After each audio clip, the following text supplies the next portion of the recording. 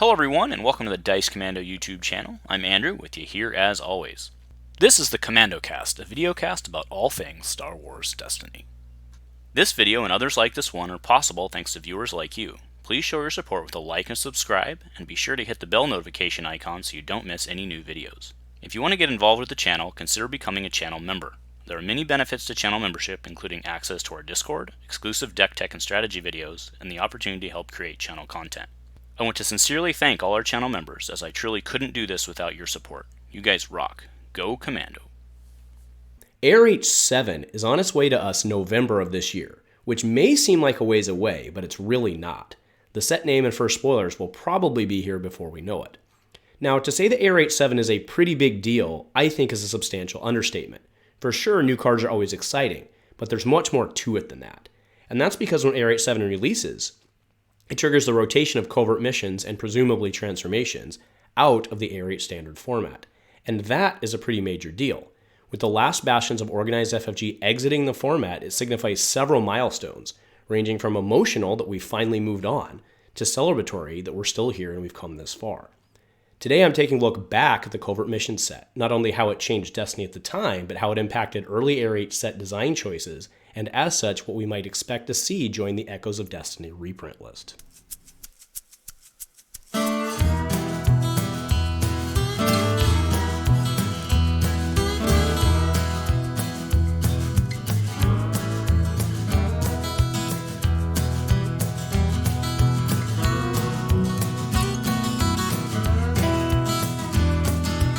Hey there, Destiny folks, and welcome back to Destiny Friday here on the channel. Today we're talking Covert Missions and its pending rotation out of ARH Standard. As we get into this, let me know, are you guys going to miss CM? How was that set for you personally in the full memory of Destiny? What were your favorite parts and what weren't? Let me know in the comments below. Now, CM, Covert Missions, was a set that I was very excited about for a multitude of reasons. The set itself and how it approached expanding Destiny just looked straight fun. It was bringing Spectres, Wookiees, it had my boy Boba Fett and Slave One.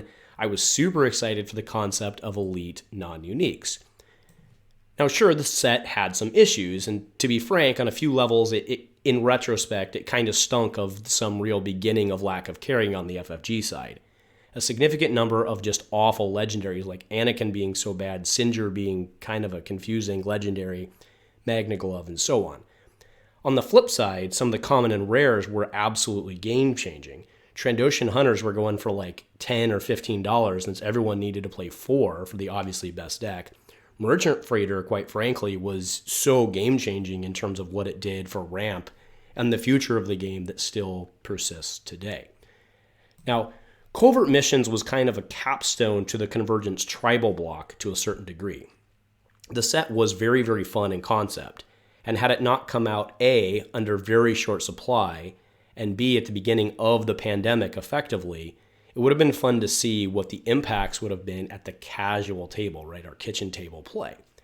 One of the fan favorite archetypes brought to the Destiny table with Covert Missions was that of the Wookiees. The cornerstone of these builds being, of course, Wookiee Tribe, aka Valorous Tribe, but certainly not limited at all.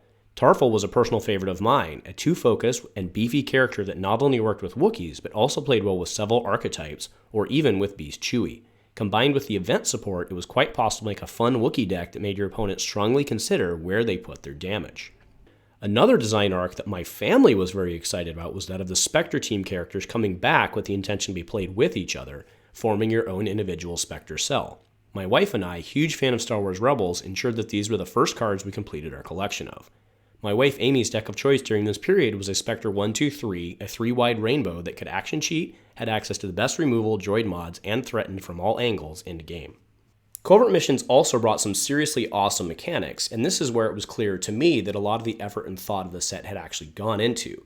First off, we had alternate win cons for the first time in the Construct and Destroy plots. We saw Krennic, we saw Luke that go along with those. Very cool, they were not overpowered by any means, but they were very well done and very well executed. They brought a lot of fun for somebody who wanted to try that and make that their personal mission, pun perhaps intended. We also, of course, saw piloting, probably the largest thing to come out of the set. This was very well designed and balanced within its own little silo at the time. Now, it was unsure what piloting would have meant for the future of FFG, meaning if FFG had continued making the game, but it was embraced fully by ARH. And this had a few impacts to ARH. Mainly, the piloting characters in Covert Missions were not great, primarily, I believe, due to the strength of the piloting support package. But when ARH made very good piloting characters combined with that package, those characters dominated the meta for a very long time. We also had the elite non-uniques. Very exciting, something I was excited about, people had been asking for, or at least asking about for a long time. It did end up being the cornerstone of one of the most busted decks of the format out of the time, without a doubt. Of course, we were in Droids meta too, so take it with a pinch of salt. Now, this was a very solid concept here, right? There was really no reason to not explore that design space.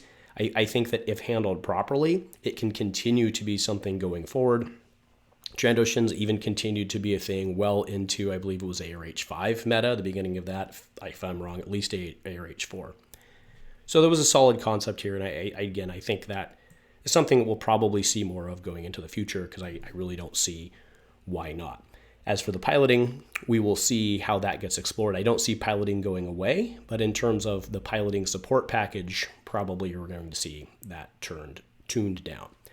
All right, so now likely reprints. What do we think that we'll see when CM goes away? What will join the Echoes of Destiny reprint list so that they continue to be available for us in ARH Standard? If I have to be honest, looking at the set, there's not many. I have 6, I think, that are candidates, and this doesn't mean that they're my favorites or that all of my favorites will make it. Like, I'd actually like to see that old Boba Fett make it in. I thought he was pretty cool. The Slave 1, the way it worked with Jango, and all that. Anyway, with all that said, I think that these 6 cards I have here are solid and potential candidates for the reprint list. So first up I have, I'm just actually going top down from the set. First up I have Rule of 2. So there are some very neat build options with this throughout the history of the game, throughout the history of ARH Standard. It's just a good card. I can't see us doing, and by good, I mean, it is good, and it's also well designed. I can't see someone making something that really does the same thing in a better way. I mean, sure, we could do a hero spin on it or something like that, but it fits thematically, it makes sense, it works with a wide range of characters, and there's some really cool deck archetypes that come out of it. The next 2 come as a pair, and this was also one of the sub-mechanics in Covert Missions, which was the battlefield control bouncing back and forth and pinging at the time. And these are Commander Pyre and Cruel Methods. I think Commander Pyre is still really well designed on curve with even where he is today, or where the game is today. I think Cruel Methods, I think if you're going to do that archetype, I think Cruel Methods really fits well into that. I don't know that designing something else like a support or something else like that would really accomplish the same as what that card does within that archetype. So I think that those 2 are potential candidates for the reprint list, maybe not even right away, but maybe they come back in the future to support possibly some, maybe they bring that archetype back in ARH 8 or 9 or something like that. And we see that come back. And I think those are cards that they're very good at what they do. They're very solid design. Unless you want to give Pyre more stats or make him a different cost, I don't see not just reusing him. Another card that has seen very little play lately, but this is Nullify. So move 1 shield to an opponent's character to remove a die. It's a very solid card. I don't see it really getting replaced. It does what it does, and that's very good. So I could see that card definitely making its way onto the reprint list. Spectre Cell, this is one that I don't necessarily know that we need, right? But as we move forward and ARH moves forward, and I can see a lot of those Spectre characters coming back in the future, I think Spectre Cell probably just needs to go on the Evergreen. It just needs to be an Evergreen card on there and just considered overall. I think that's the right thing to do from design space. And then last card I have is Assail. So, I came down pretty hard on, and I think reasonably so. We're all aware of how strong the piloting package is or was, I suppose. But Assail, I think, is pretty fundamental to the concept of piloting. I don't think that you can really do anything better. I don't think we should do anything better. And I think this one's really fair, right? It's right on curve. It's 1 plus kind of a double, right? Because you have to build around it, plus you have to have it active. It's basically, yeah, it works. It works, right? So it's no cap removal, but it's kind of a dual contingency, and it fits into that archetype. So I think Assail probably does have to go on the reprint list if they want to continue to play with piloting. And I don't think they won't. So anyway, those are my thoughts and suggestions for the reprint lists. But what do you guys think, right? So certainly without secret, Covert Missions going away is a huge milestone for the future of ARH Destiny, and which is Destiny these days, right? This is kind of the way it is.